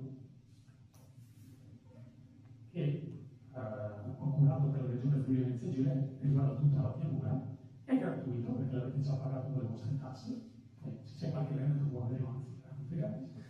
E qui trovate, diciamo così, buona parte di quello che vi ho detto, non tutto, ma sicuramente c'è quasi tutto. Quindi vi ringrazio per l'attenzione, se avete domande non troppo cattive.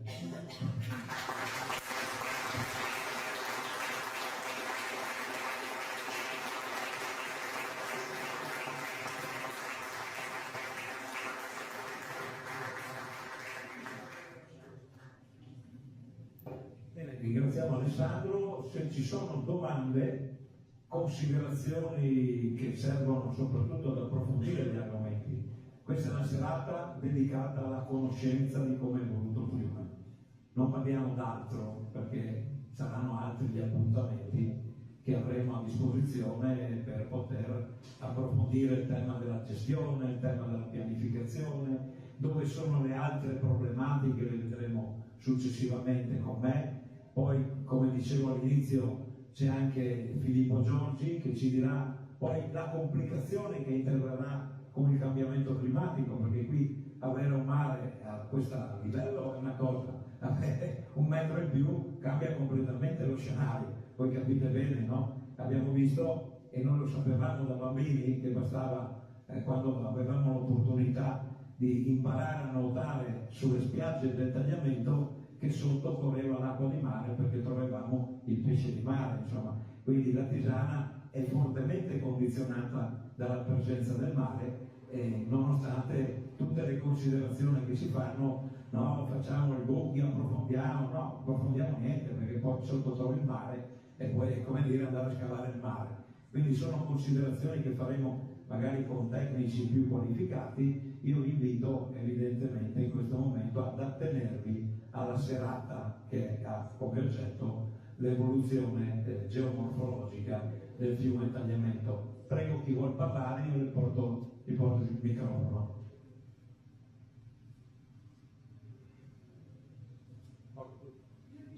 Pizzuti, vieni, dai.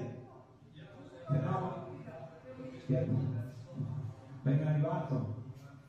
Ci sono cose interessanti nel livello di quelle di Alessandro Fontana, ci si muove volentieri anche le udine. No, volevo chiedere, vediamo, cioè Alessandro sa sicuramente rispondere. Può essere che gli argini si sono posizionati troppo a ridosso dei fiumi impedendo di andare il loro letto come fra Spilimbergo e Madrisio, risultino più un problema che un motivo di sicurezza, che non sia il caso di ridare spazio ai fiumi, allargare la distanza tra un fiume e l'altro. Sì, in effetti, ma forse diciamo così, tra gli interventi più, non dico semplici, perché poi chiaramente nulla è semplice, ma che ci farebbero, come dire, riprendere parte di quello che è lo spazio disponibile, cioè quello di riconnettere, però, come dire, il fiume con spazi che non occupava fino a poco tempo fa.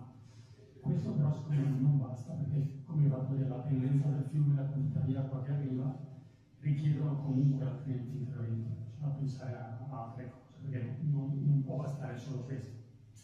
Però sicuramente diciamo, dare più spazio al fiume oggi lo è. Al momento esiste un'ingegneria che abbia affrontato il problema e magari anche con qualche proposta fattibile Di allargare. non di allargare, di risolvere il problema, cioè a che livello di ingegneria si ha. Beh, proposte ne hanno fatte tante e poi, Ma quali parli? beh, è troppo lungo da spiegare. Infatti per quello che ho detto ci saranno più Sì, momenti. sulla soluzione avremo una serata con l'autorità di bacino, con altri ingegneri che ci spiegheranno come è stata pianificata come dire, l'insieme delle opere che, come è stato detto, vanno sostanzialmente dalla pedemontana fino al mare. Non c'è che sia possibile, immaginabile, gestire un fiume che naturale, come abbiamo visto, è in parte, anche questa la Tisana, il fiume è ancora naturale. Questo vorrei soprattutto per i nostri amici che dicono, che immaginano che bisogna allargare tutto come fosse lo scarico di un water, scusatemi, no? E qui le questioni sono complicate, nel senso che qui esiste un territorio antropizzato da millenni e che evidentemente ha una sua ragione di esistere e di non sparire, come abbiamo visto qui. Il fiume ha portato via quella parte del tagliamento che non era compatibile con le abitazioni, no? Cioè, si è allargato da solo, non è che fosse così nel passato. Questo vorrei far capire ai nostri amici, no? L'idea che quando tutto ciò che arriva deve essere spazzato via, portare via centinaia di metri per far passare 1000 cubi al secondo, voi capite che queste cose non si possono fare, anche per il semplice motivo che ha carattere torrentizio, ma avremo il modo di approfondire queste cose nelle sedi opportune. Domande, prego.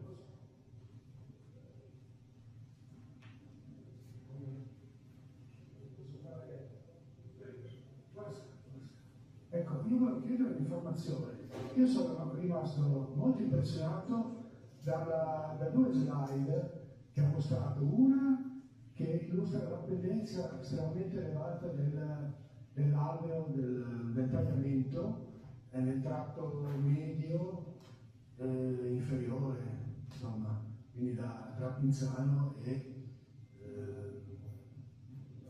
fra Floriano, sì, con una riduzione improvvisa, direi, in prossimità di Latisana, quella che crea i nostri problemi di rischio idraulico per il paese. E un'altra cosa è anche l'estrema differenza di portata che c'è tra la portata media e la portata massima, che mi pare di 90 volte, adesso non mi ricordo. Tra le 40 e le 50. Ah, tra 40 e 50, ok. Sì, ecco. Allora, sulla base di queste due constatazioni, che idea si è fatto della funzionalità di un'opera di contenimento della piena, quale le due sono più importanti, sono quella di Vignano e quella di Varmo, che sono in pratica le opere che intercettano la portata del fiume nel momento di massima energia, di massima forza, legata alla pendenza elevata e alla portata che è molto elevata, no? C'è anche grossa differenza in portata tra la portata, quella di Magra, quella ordinaria e quella elevata. E quindi mi domando sì, qual è appunto la funzionalità, quali potrebbero essere secondo lei le problematiche legate appunto a queste due criticità geomorfologiche. Mi riferisco soprattutto alla funzionalità stessa dell'opera durante le fasi di piena, perché si tratta di un'opera che va azionata e non è un'opera passiva, quindi è come una vasca di laminazione che agisce a latere del corso principale. Quindi, e poi il tutto anche legato al trasporto solido, perché una pendenza elevata si traduce in un trasporto di fondo molto elevato. Appunto, volevo conoscere la sua opinione in merito. Grazie. L'opinione è complessa, nel senso che il progetto, io non ho visto, come dire, nessuno ha visto ancora la parte di dettaglio, per cui ci sono dei pro e dei contro, ovviamente. E non vorrei entrare troppo nel dettaglio proprio perché abbiamo volutamente evitato il tema, comunque perché io non sono un ingegnere che si occupa delle opere. E sicuramente comunque creare un bacino di laminazione, non come quello proposto, ma un bacino di laminazione in generale, è connessioni, una delle soluzioni che indubbiamente è, come dire, trattiene l'acqua a monte, quindi bisogna pensare a qualcosa che trattenga l'acqua a monte, almeno una parte. È sicuro che il trasporto solido da una parte e l'interferenza con i corpi idrici va valutato, ma questo chiaramente è, come dire, una parte che riguarda la modellistica anche di quello che sarà il progetto. Sì, sì, certo.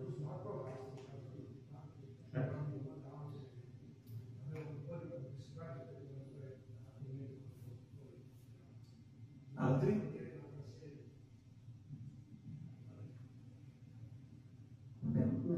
Una domanda telegrafica. Abbiamo visto appunto le modifiche nel corso di centinaia, migliaia di anni nel corso del fiume Tagliamento e anche le modifiche sono venute ascoltate dal punto di vista naturale anche per gli insediamenti abitativi. Si dice che i cambiamenti climatici degli ultimi 30-50 anni stanno accelerando di molto questi fenomeni. Sta riguardando anche il tagliamento e in che misura? Sì, allora rispondo con un esempio molto chiaro. Negli ultimi 3.000 anni il livello del mare non si è mai alzato di più di 1 millimetro all'anno. In questo momento si sta alzando di più di 4 mm all'anno. A fine secolo supereremo il centimetro all'anno. Quindi sta già riguardando ovviamente sì, perché se voi pensate ad avere mezzo metro di mare in più con l'acqua alta, questa è una risposta immediata e molto forte su quella che è l'onda piena, probabilmente. Senza andare, come dire, in discorsi complicati che riguardano la frequenza delle precipitazioni, l'intensità così, ma guardando la geometria, se noi alziamo il livello di base, l'onda piena che arrivi qualunque sia è meno facilitata nel deflusso. Quindi è un problema che sicuramente esisterà e che però penso che poi su questo Giorgi parlerà molto più in dettaglio, quindi sicuramente si guarda in maniera pesante. Dalla sua esposizione si vede che il tagliamento molti anni fa era libero di muoversi, per cui si muoveva anche in maniera molto pesante. Poi con gli insediamenti umani si è cominciato a definire qual era lo spazio all'interno del quale potevano muoversi, argini e quant'altro. La cosa che però io ho notato nelle ultime slide, laddove si è visto che rispetto a uno spazio massimo, parlo di Rocco, parlo di Spilbergo, di chilometro e mezzo, l'intervento dell'uomo andando a sghiaiare, perché là ci sono le ghiaie, qua le ghiaie non ce le abbiamo, quindi quella voi sicuro non l'abbiamo mai fatto, no? Abbia ridotto pesantemente quello che è il letto del fiume, chiaramente abbassando la possibilità di allargarsi dell'acqua si è ridotta. Quindi alla fine dobbiamo dire che se ci sono state modifiche per un Vesuvio, se ci sono state modifiche pesanti all'interno di quello che si era stabilizzato, i famosi chilometri e mezzo, sono state fatte in tempi relativamente recenti dall'uomo. Quindi non è che questa cosa che è accaduta sia dovuta alla naturalità, l'uomo ci ha messo la mano. Sì, è più complesso, nel senso che il restringimento dei fiumi risponde a un effetto climatico di lungo termine che è la fine della piccola età glaciale, per cui 250 anni fa c'era molto più sedimento, era un po' più freddo il clima, ce n'è stato progressivamente meno e quindi erano già tutti i fiumi, diciamo, anche qui in questo trend di restringimento, però l'input umano ha completamente fatto saltare di ordine di grandezza questo. Se voi vedete le curve di restringimento, il tagliamento sono quasi innocue fino agli anni 50, poi sia restringimento che approfondimento sono stati sì, c'è indubbiamente una forzante, diciamo così, dentro. Altri?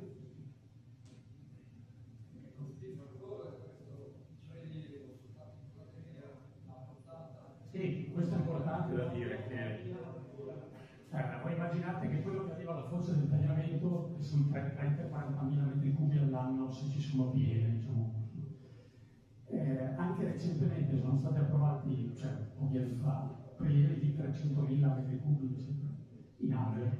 Quindi se voi togliete in pochi mesi quello che il fiume porta alla voce in 10 anni, è chiaro che questo genera instabilità e non fa bene al fiume. Grazie. Posso chiederti, abbiamo visto gli effetti delle grandi alluvioni con grandi apporti di materiale da monte verso mare.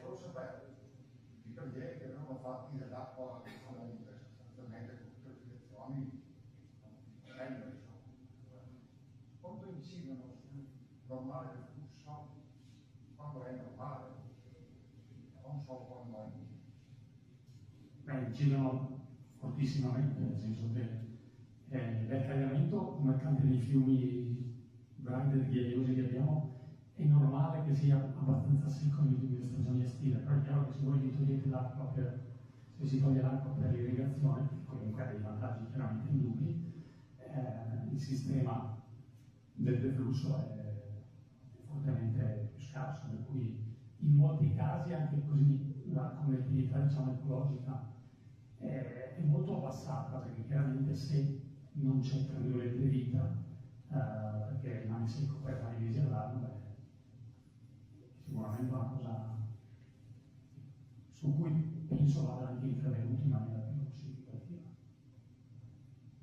Allora, io ho sentito molto interessante tutta la discussione e la sua analisi. E siccome ragioniamo in tempi molto lunghi, mi ha come dire, interessato molto il fatto che le sue rassicurazioni, che noi abbiamo avuto un grosso passato alle spalle e probabilmente avremo anche un grosso futuro, nel senso che noi abbiamo visto dei reperti archeologici nella piazza di Indipendenza che non abbiamo anche mai saputo anche valorizzare in questo senso qui. E comunque un po' come Pompei, tra un po' di anni qualcuno ci riscoprirà, scavando la nostra artigiana, e troverà che c'era un sito abitato e c'era una civiltà che viveva in questo territorio, ragionando in tempi lunghi come ragiona lei. Grazie. Sì, però saremo sott'acqua, ci troveranno e guarda. È una cosa che molti non sanno, e tra i siti che preistorici, soprattutto protostorici, trovati negli ultimi 50 anni, molti di questi stanno nella zona di bonifica, cioè non sarebbero visibili senza la bonifica. Stanno già a meno 1, meno 2, meno 3 metri sotto il livello del mare. E nelle previsioni da qui al 2000% avremo che il mare dovrebbe essere tra i 3 metri e mezzo e i 5 metri, diciamo. Immaginate che la piazza di Indipendenza sta sui 6,5, 7. In una parte sarà già cosa diventa mare domani.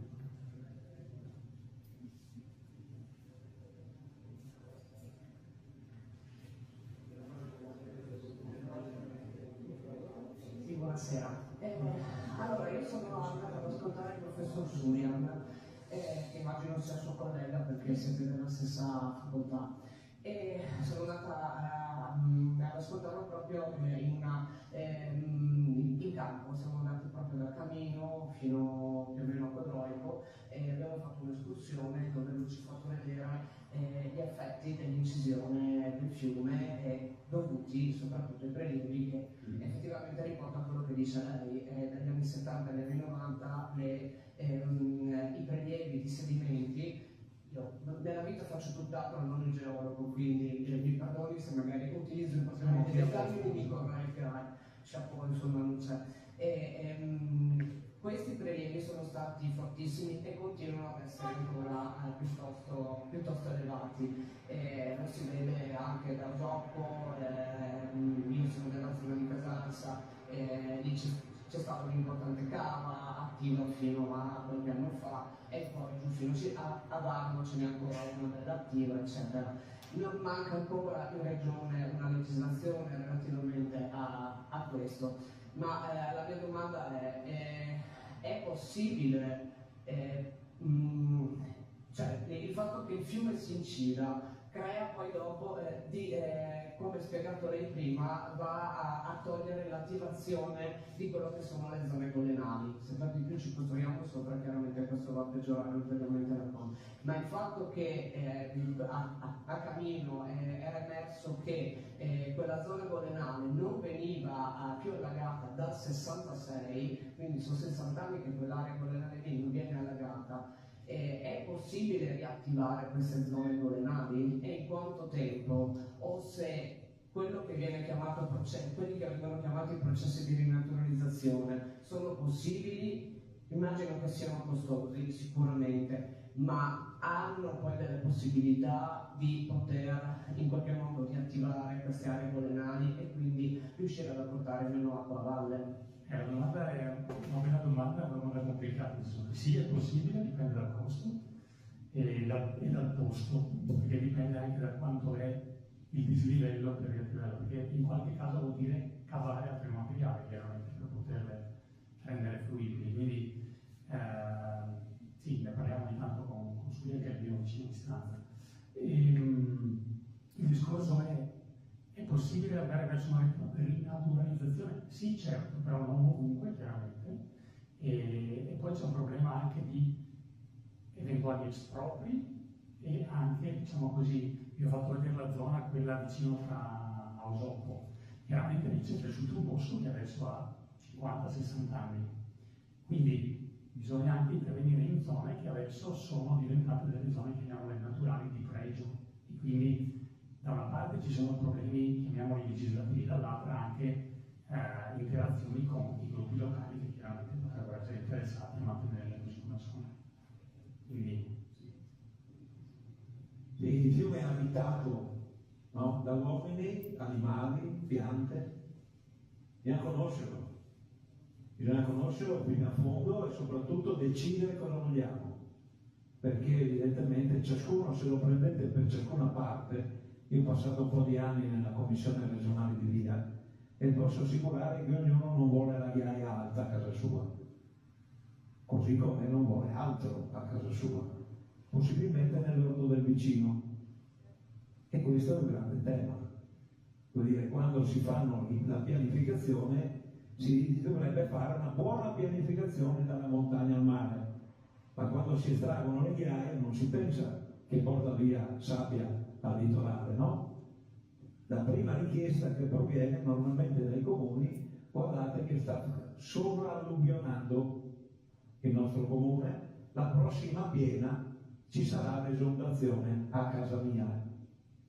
E quindi si attiva una procedura che si chiama immobilizzazione delle ghiaie, che vengono fatte così: io ti do la concessione di asportazione di una parte delle ghiaie, normalmente 3/4 delle ghiaie, e una piccola parte le immobilizzi. Perché? Perché la pubblica amministrazione non ha i soldi per fare questo tipo di attività. La manutenzione nell'ambiente pubblico significa piani, programmi, soldi. Soldi per fare opere, sì, per le manutenzioni delle opere, ma non per la manutenzione di ciò che non è opera. C'è un grande nodo, no? Lo vedremo quando farò la mia relazione, vedrete che di questioni dalla montagna al mare nel tagliamento ce n'è in abbondanza da risolvere naturalmente contraddizioni, diciamo, no? Le contraddizioni che sono frutto chiaramente di una visione limitata del fiume, limitata. Ognuno a casa sua vuole tornare l'acqua che vada un po' più a valle, questa è la regola generale, insomma, no? Comprensibile, ma vale poi per tutti e quindi bisogna avere anche un po' di altre considerazioni, ma ne parleremo. Prego.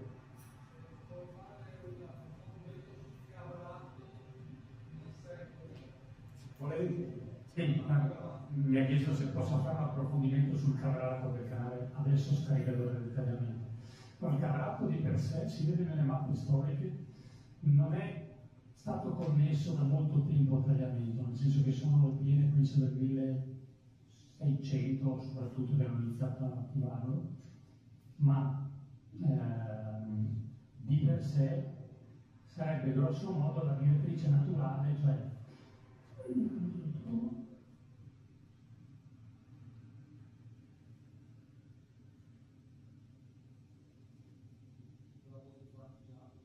posso usare questo. Sì. Cioè il cavalato sarebbe questo qui, e per come funzionano i fiumi nelle parti costiere, come aveva il tagliamento romano, aveva 2 o 3 rami nella parte costiera, anche il tagliamento starebbe formando il suo ramo, questa parte di qua probabilmente, anzi diciamo, per chi conosce il meandro di Cesarolo, è super sinuoso, per cui è ovvio che quando la piena arriva in un contesto, come dire, naturale prolungato, avrebbe sicuramente una direzione preferenziale poi a lungo termine, lungo qualche decina di anni, in questa zona. Per cui il Carrato deve essere gestito in maniera completamente, diciamo così, cioè, è artificiale, nel senso che quando raggiunge un certo valore soglia, il tagliamento comincia a riempire anche il Carrato. E c'è in discussione adesso un discorso su cambiare le portate tra Carrato e Fiume Attuale. A me non è chiarissima la ragione del perché, però sì, indubbiamente, diciamo così, è normale sul medio e lungo termine che il fiume abbia anche altre di queste derivazioni.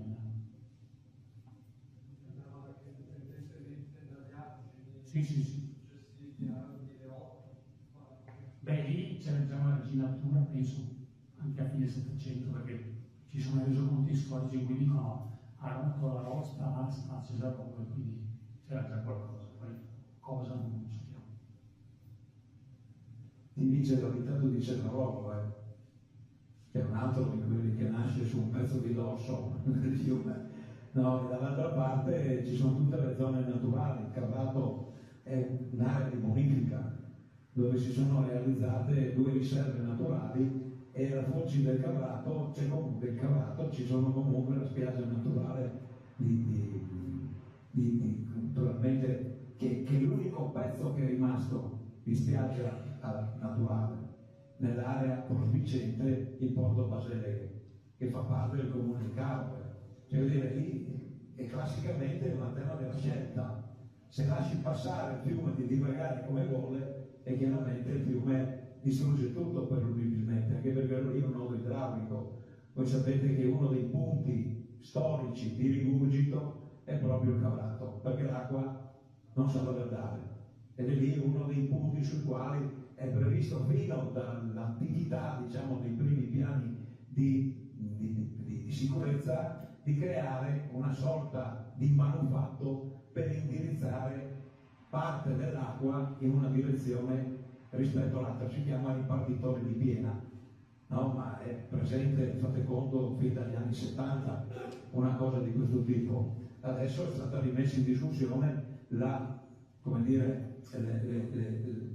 le quantità di portata, ma questa ha una giustificazione e una scelta politica, chiaramente. No, cosa salvaguardi e cosa metti sotto. No, non è che decidi perché la situazione, quegli ambienti naturali, la spiaggia della Bruscia, no, sono tutti temi che un tempo non valevano niente, quando ovviamente si sono fatti i primi piani.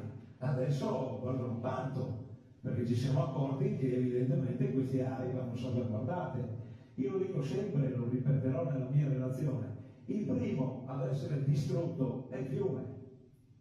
Una grande piena porta via tutto, Non è che quel fiume lì, come dire, passato, libero, torna come prima, passata l'acqua. Dovrà 30 anni per rigenerare. È così, caro. Mi dispiace. Ma il primo nodo che è scritto in tutte le leggi della legislazione idraulica è la difesa del fiume. È la difesa del fiume, con le sue biocerosi, con le sue isole, con le sue naturalità. Come dire, non esiste niente di naturale allo stato bravo, sono scelte di valori, che naturalmente tra questi valori ci sono anche gli ambienti naturali. Quindi su questo si può discutere, si possono avere opinioni diverse, ma rispetto a 30 anni fa, quando cominciavamo nel 1996, il problema delle zone turistiche, cioè delle zone SIC, per dire siamo agli albori della direttiva del progetto Natura 2000 che nasce nel 93 con la direttiva Habitat. Nel 96 abbiamo fatto la prima legge regionale, la 42, sull'individuazione delle aree protette da tutelare. Il Veneto appena subito dopo istituisce queste zone, naturalmente la Bruscia, la Valle Grande, Valle Vecchia, che naturalmente sono tutte zone di elevata qualità ambientale. Insomma, su queste questioni c'è una discussione, certo. Forse questa nuova approccio che mette insieme tutte le opere, le rimette a rivalutare. Io personalmente, abitando la Tisana, le vedo con orrore, perché chiaramente ci abbiamo messo 60 anni ad avere un piano di gestione coerente con la direttiva alluvione, adesso dobbiamo ridiscuterlo di nuovo. Voi capite che questo è qualcosa che noi non possiamo accettare come cittadini alluvionandi, no? Perché ci abitiamo qui e abitiamo legittimamente, no? Perché evidentemente è la storia che ci ha portato qui, non è che abbiamo scelto noi siamo, come dire, qualcuno dice è colpa vostra, no, noi siamo nati qui. Evidentemente abbiamo tutto il diritto di difenderci e di convivere col fiume che oggi ci è negato, perché questi muraglioni non li abbiamo scelti sicuramente noi, insomma, no? Però, ecco, per dire, io se non ci sono altre domande di merito, chiuderei qui e inviterei tutti la Marina. Io, dopo queste domande così dotte, volevo solo dire una cosa. Cioè, io mi ricordo quando ero piccola, naturalmente, si andava a passeggiare, sì, quando ero piccola, si andava a passeggiare sull'argine di terra. E mi ricordo che i miei genitori e i miei nonni mi raccontavano che l'alveo del fiume veniva regolarmente pulito.